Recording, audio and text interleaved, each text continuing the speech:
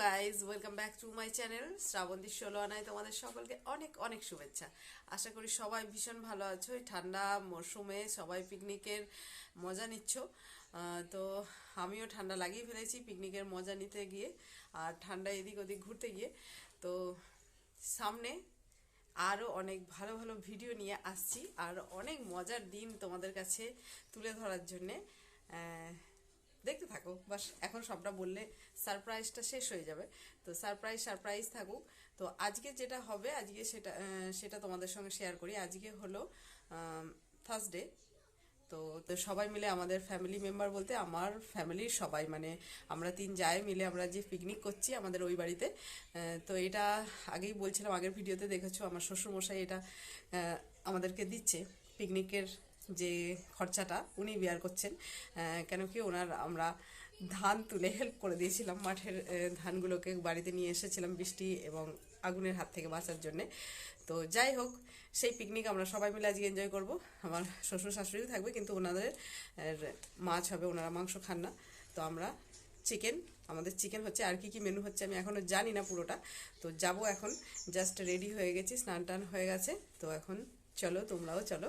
তো সারাদিন কি হয়, আর আমরা সবাই মিলে একসঙ্গে থাকলে কিছু খাওয়া দাওয়া যেমনই হোক, মজা তো একদম 100 হয়, সেটাতে বলার কিছু নেই। তো সবাই মিলে আছি, একসঙ্গে রান্না করব, একসঙ্গে খাওয়া দাওয়া করব। তো চলো, চলতে হে। শাক বক কাটা চলছে, এদিকে মাছ ধোয়া হচ্ছে। কেননা ওরা সেদিনকে দেরিতে এসেছিলো না, আমাদের চালিয়ে দিয়েছিল, আমরা ভর্তি হয়ে গেছিলো, ও মানে বন্ধ করে রেখেছিল তখন। তারপর থেকেই এরকম হচ্ছে। আসুক তোমার, তুই একা দিবি, বল তুই একা দিবি। তো আজকের মেনু হলো লাউ পালং শাক, চাটনি হবে। আমরা এখন কাটতে বসেছি লাউ শাক, পালং শাক, চাটনি, মাংসের তরকারি আর মাছের ঝোল। তো যারা যারা মাংস খায় না তারা মাছ খাবে, তো মাছ দিয়ে আলু দিয়ে হবে। আর চাটনি, আর অবশ্যই একটা করে মিষ্টি আছে, রসগোল্লা আছে, গুড়ের রসগোল্লা। তো এই হলো আজকে মেনু পিকনিকের। তো এখানেই রান্নাবান্না হবে, উঠানেই। তো রান্নাবান্না হয়ে এখানেই খাওয়া দাওয়া হবে। তো এখন চলছে কাটাকুটির পালা, কাটাকুটি হোক তারপরে রান্নাটা স্টার্ট হবে। তো সঙ্গে থাকো, এনজয় করো আমাদের পিকনিক।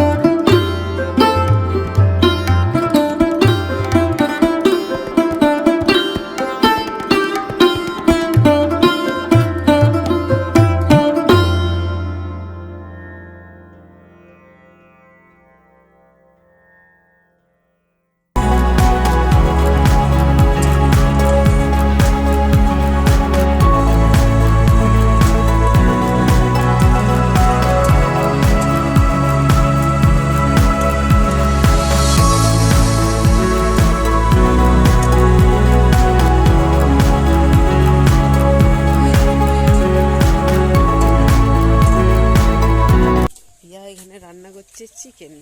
পিয়ার হাতে চিকেন সত্যি ভীষণ টেস্ট হয়। হ্যাঁ সেটাই। এটা সত্যি হয়। যদি এবার যদি আমি taste ভাবছিলাম না যে হয়, পিয়াকেই বলবো চিকেনটা বানাতে।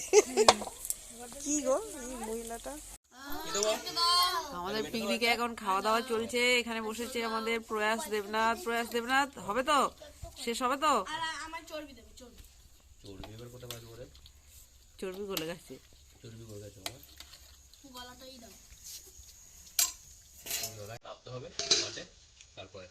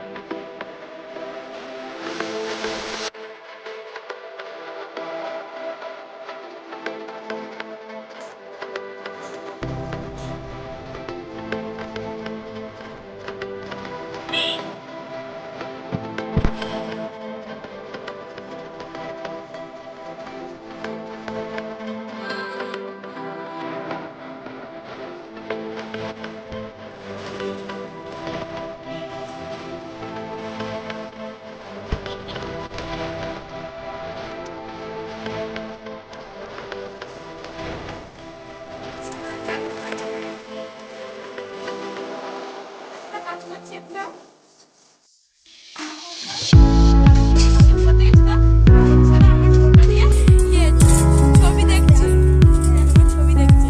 এবার মিমি জন্মদিনের ছবিগুলো দেখতে দেখতে বলছে বলছে ওটা বলছে ওটা তোর দিদি। হ্যাঁ আমার দিদি বলছে ওটা তোর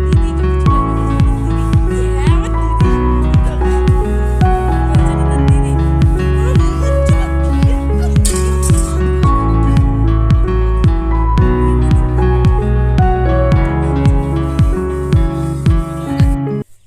পিকনিক শেষ, খাওয়া দাওয়া কমপ্লিট হয়ে গেছে, ধোয়া মাঝাও হয়ে গেছে। এখন আমি আর প্রিয়া এসেছি রোদের সন্ধানে মাঠের দিকে। তো মাঠে এখনও রোদের লাইট দেখা যাচ্ছে, মানে সেই তাপটা নেই এখন আর। আর আমার ঠান্ডা লেগে গলাটা এত বসে গেছে, গলা কথা শুনেই বুঝতে পারছো তোমরা, ভীষণই ঠান্ডা লাগছে। এই যে দুজনে বসেছি এখন মাঠে রোদের তাপ নেওয়ার জন্য। তো এখানে অনেক সুন্দর সুন্দর কিউট কিছু ডগের বাচ্চা দিয়েছে ডগিতে ওই ধানের ওই যে খড়গুলোর ওখানে। তো তোমাদের দেখাই চলো। চুল শুকিয়ে যাবে, রোদের তাপ নেই এখন।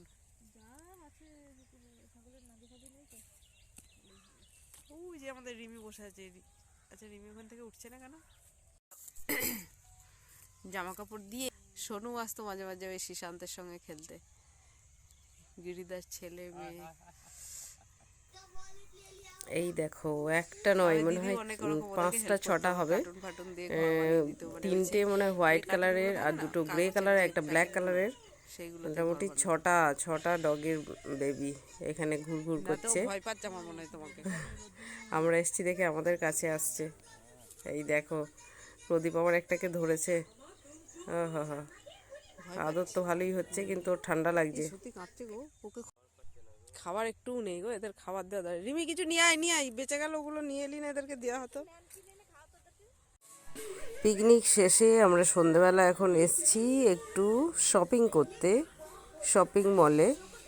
তো এখন আমরা দেখছি কিছু মানে উইন্টারের কিছু কালেকশান নেবার জন্য আমি এসছি।